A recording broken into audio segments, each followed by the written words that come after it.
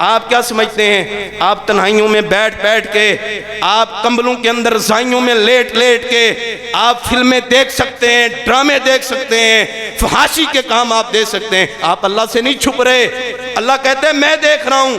امام ابن قیم رحمہ اللہ کا ایک قول یاد آیا، فرماتے ہیں تمہارے نزدیک اللہ کا معیار کیا ہے؟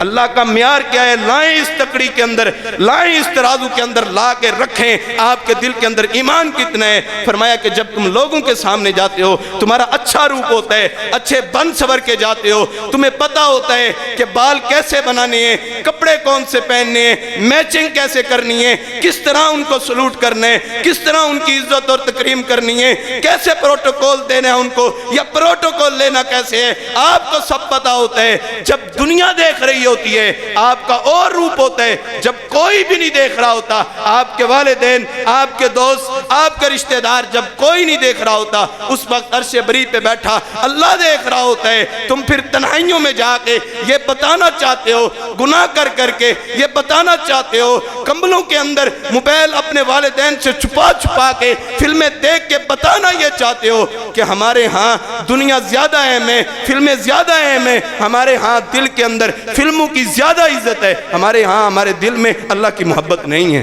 یہ ترازو ہے، یہ معیار ہے۔